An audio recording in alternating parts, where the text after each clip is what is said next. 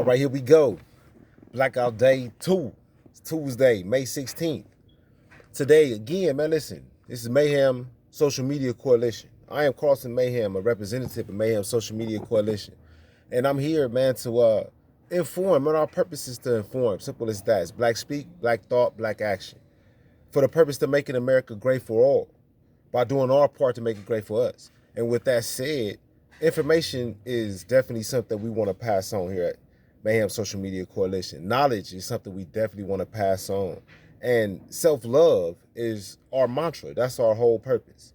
But self-love, we say with self-love, information, man, knowledge, things that you learn about yourself can only help yourself. It can only help you. And with that said, in a macrocosmic type situation, everything that helps you as a black person here in America helps blacks. And everything that helps blacks helps America. You understand what I'm saying? Start with self. So with that said, listen here, man. Juneteenth's coming up. And we are definitely in celebration of Juneteenth. We definitely in solidarity with South Central State of Mind in putting this information out. South Central State of Mind Publications, for whoever don't know, has an article coming out, Juneteenth article. And this is information about Juneteenth, man. It's giving you information as a black person. It's giving you information as a human being about the importance of our history on all aspects, in all aspects. You understand me? Not just from one side, not just the narrative of one-sided story, man, is very dangerous. And that's what we've learned here in America. We've learned that the one-sided story, only learning history from one side, only learning events from one side, only seeing or listening to information about events that happen in our lives, in our history, in our past, that affect our future, is definitely something we should. The Spanish flu happened 100 years ago, but here we go having the coronavirus right now. It's the same thing. So it's definitely relevant. If we study the Spanish flu and understand what happened then, you might be able to understand how you can come back coronavirus today.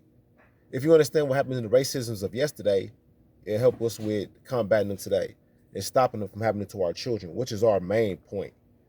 Mayhem Social Media wants to prevent racism, bigotry, and hatred from being rained down on our children. Period. So with that being said, listen, here we go. Like I said, day two. Yesterday we talked about Abraham Lincoln, you know, and a little information about that. So today we want to talk about us. We want to talk about black people. So we're talking right now about the emancipation, Abraham Lincoln emancipation, and after what was going on in the 1860s, 1850s, 1870s, what was going on around this time that led up to Juneteenth? You know, what Juneteenth is the main topic. So what was going on around Juneteenth? What was going on? So with blacks, what was going on? So I'm going to talk to y'all today about, everybody's kind of heard about Black Wall Street. Black Wall Street, for who don't know, listen, South Central State of Mind wants to announce, you know, South Central State of Mind told us with submitting the Juneteenth article that they had more articles to come, man, and we were very excited about the idea. They also said they have an article about Juneteenth, and it's something mind-blowing. We didn't even know nothing about this, but listen, a little teaser if I can. Black Wall Street was not one place. It was not just one place. Black Street was not just one community. It was just not just one group of black people. Black Wall Street was a reference to a correlation of different states, different areas, different cities that were controlled by blacks, that had their own government, had their own economy, had their own stores, their own educational system, own schools, so forth and so forth. And listen, so South Central State of Mind has found information about Black Wall Street and about a lot of the communities that existed within Black Wall Street, and they're going to bring it to us, man. We're so happy about that. But listen, let me get to the information today. Today's information, I want to talk about Black Wall Street. One of the things I want to talk about is the fact that around the time the Emancipation Proclamation occurred, when it happened in 1865, there was already things going on. Blacks were already in motion. Blacks did not wait till 1865 in order to get started, to get cracking. Blacks were already in motion. Like we have, 1865 established the last state for blacks to get freed from. Blacks had already been freed in so many other states. Before the proclamation, before the Emancipation Proclamation, which Abraham Lincoln gets so much credit for, before that even happened, blacks were free. His proclamation was to the end of it, the last of the blacks that wasn't free. He already said that's why it's a proclamation, it's to proclaim something, because it was already law, basically. It was not law, but it was already upheld. It was a common law that was already upheld, that blacks were already free. Blacks were already in the communities doing their thing. To that point, let me talk to y'all today about this guy, man. This guy's a brilliant, just genius. Listen, let me talk to y'all today about a guy named Edward P. McCabe. Edward P. McCabe, let me read about him, and then we talk about him a little bit. Here we go. Edward P. McCabe was an African-American politician and businessman, most notable for his promotion of black settlements in Oklahoma and Kansas City. Born in 1850 in Troy, New York, McCabe would attend school until his father's death, when he left school to support his family as a clerk on Wall Street. Edward P. McCabe, this guy, you look at the picture of this dude, man, he kind of look white, but you definitely can tell he black, right? So, listen, let me tell you what my guy was doing in the 1850s, man. When y'all think y'all balling today, this dude was doing in the 1850s. Let me tell you what he was doing. So, after going to work on Wall Street, you understand what I'm saying? In 1872, he earned a job in a clerk position in Chicago. 2 years later, McCabe left Chicago for Kansas and arrived in the growing black community of Nicodemus in 1878. Nicodemus, you hear that? There was a growing black thriving community named Nicodemus. I'm pretty sure South Central State of Mind got some information about that, man. Y'all should really mess with them dudes, man. They got some information for y'all. In Nicodemus, McCabe established himself as an attorney and land agent. In 1872, this black man was an attorney as well as a land agent, realtor. When Graham County was established in 1880, McCabe was appointed temporary clerk and officially elected as county clerk in the next year in 1882. He successfully stood as the Republican candidate for the state auditor, a victory which made him the most important black office holder outside of the South. However, as Nicodemus' fortunes reversed and the town began to hemorrhage residents, McCabe hemorrhaged residents. I mean, it was so many blacks trying to flood the motherfucker. They didn't have enough economy. But that's so many blacks trying to flood it. That should tell you there's something good going on if everybody trying to get there. But anyway, McCabe left first for Washington and then for Oklahoma. In Oklahoma, the number of blacks involved in the land rush as the territories opened in non-Indian settlements in 1889 led McCabe to realize the potential for the new territories, both as a haven from racism and as a potential source of personal acclaim and profit for himself. He purchased 320 acres of land. This black man in 1889 purchased 320 acres of land. Who getting money? Establishing Langston City. He purchased 320 acres of land and then established Langston City in Oklahoma in 1889. Named for the recently elected black congressman, the reason why Langston City, Oklahoma, or Langston, Oklahoma was even named because it was a black congressman at the time that the city was established. When the city was established by a black man named Edward McCabe. Get y'all information up. McCabe promised through these agents that new settlers would be coming to the paradise of Eden in the Garden of the Gods. That's what he called Langston, Oklahoma.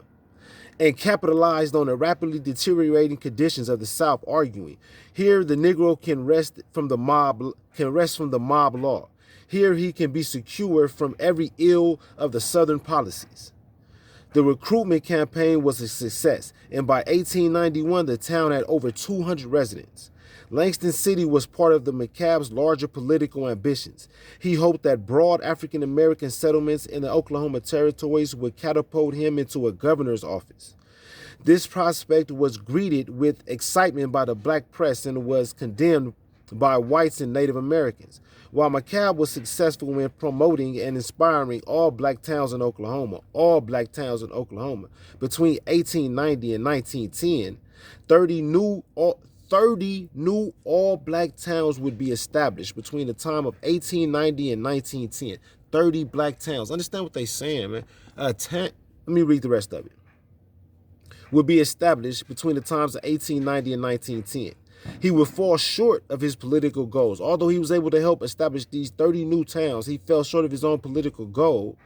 He would never be governor. And soon after Oklahoma was accepted into the Union in 1907, the state legislature was passed in transportation segregation law legislation. McCabe would challenge the laws in court, selling his Oklahoma home in the process and pay legal fees, only to have it upheld by the U.S. Supreme Court in 1914. Edward McCabe died in Chicago in 1920 and was buried in Topeka, Kansas. Salute. Great salute to Edward McCabe and all his family and descendants, and therefore those who brought him help bring him about. What brought Edward McCabe's situation to a fault, what stopped Edward McCabe from establishing was considered nationalism. A lot of people are scared of that word, but it's nationalism. Let me help you understand what nationalism is. The Europeans came over to this continent and they found whatever they found and they did whatever they did. They created colonies, and these colonies became so successful that they felt they no longer needed the Europeans, so they established nationalism. They created a nation off pride. So anybody that got a problem with nationalism in any form, you must not be patriotic. You must not love America. If you have a problem with nationalism, you must not love America, because America was started out of nationalism.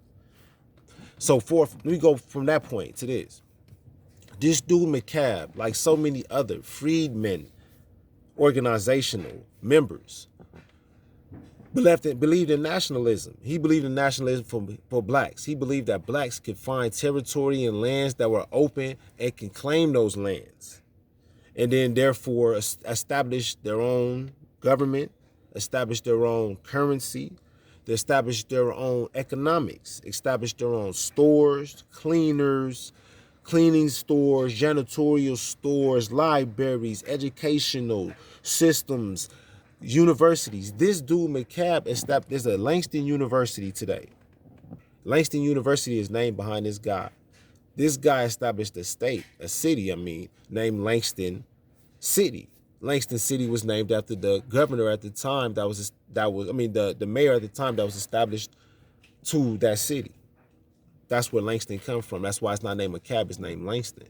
And with it being named Langston, the university today is being named that. But that all came about because this dude McCabe, man. McCabe was able to establish this. McCabe was a black man that was born in 1850. Supposedly still before, he was born before Abraham Lincoln's great success. Oh, honest said. But with that said, man, listen, I'm only saying that to say this. Juneteenth is a great thing because it helps us understand that the information that we've been given ain't necessarily true, man. And just the understanding the research of it, I've learned so much myself. I've learned so much about it just yet, and I haven't even really did too much researching into it, looking into it. But blacks here in America, man, during this time of COVID, man, during this time of unrest, during this time where blacks is being done what we seem is so wrong. I just want to say this is not new. This has been going on. But the thing about it is this: blacks have been thriving during these times. Been thriving. Right now, blacks, let me tell you this. Blacks, we think that we really doing something right now in 2020 and that we really got it going on with these raps and all this. We definitely ain't got it going on as much as blacks had it going on 100 years ago. Blacks was owning land 100 years ago, man. They was owning their own cities. This guy right here, man, he didn't die to 1920. Before this man died, he established his own city. He had bought 320 acres of land when he was 30, 40 years old. 320 acres of land, man. Do you understand what that means? Listen here. Mayhem Social Media Coalition. We salute everything, man. We salute all black things, man. Juneteenth coming up. It's coming up Friday. We got the countdown. Hey, I'm going live on announcement. I'm going live on Juneteenth. Absolutely, man. Everybody should go live on Juneteenth, man. Go live, man. Put your videos up. You understand what I'm saying? Break the internet. Let that be the reason we do it. Whatever fucking reason. Let our celebration break the internet. Let that be the reason we do it. Let that be the reason on Friday, on Juneteenth, Friday, we keep our dollars in our pocket. On the 18th, we keep our dollars in our pocket. We keep our dollars in our pockets on the 18th because on June 18th, that's when the general order was finally read to Galveston, Texas, and everybody was freed on that day. June 19th is the official first day that everybody woke up free. Officially, supposedly. But we get more into that. But listen here. The 18th, 19th, June 18th, June 19th, man, keep your dollars in your pocket, man. Go support a black business or something like that if you're going to spend your money. There's plenty of them around. Support a black business. June 19th, get out, celebrate. If it's in your yard, if it's at the park, if it's on your block, if it's at the parking lot, if it's in the alley, wherever it may be, wherever blacks celebrate and congregate, let that be the reason we get out and grill on June 19th. Video that shit, man. Go live with that shit. Break the internet with it. Let's see if we can shut the internet down. Let's go, man. Mayhams Social Media Coalition Challenge, June 19th. See if we can break the internet. Let's go.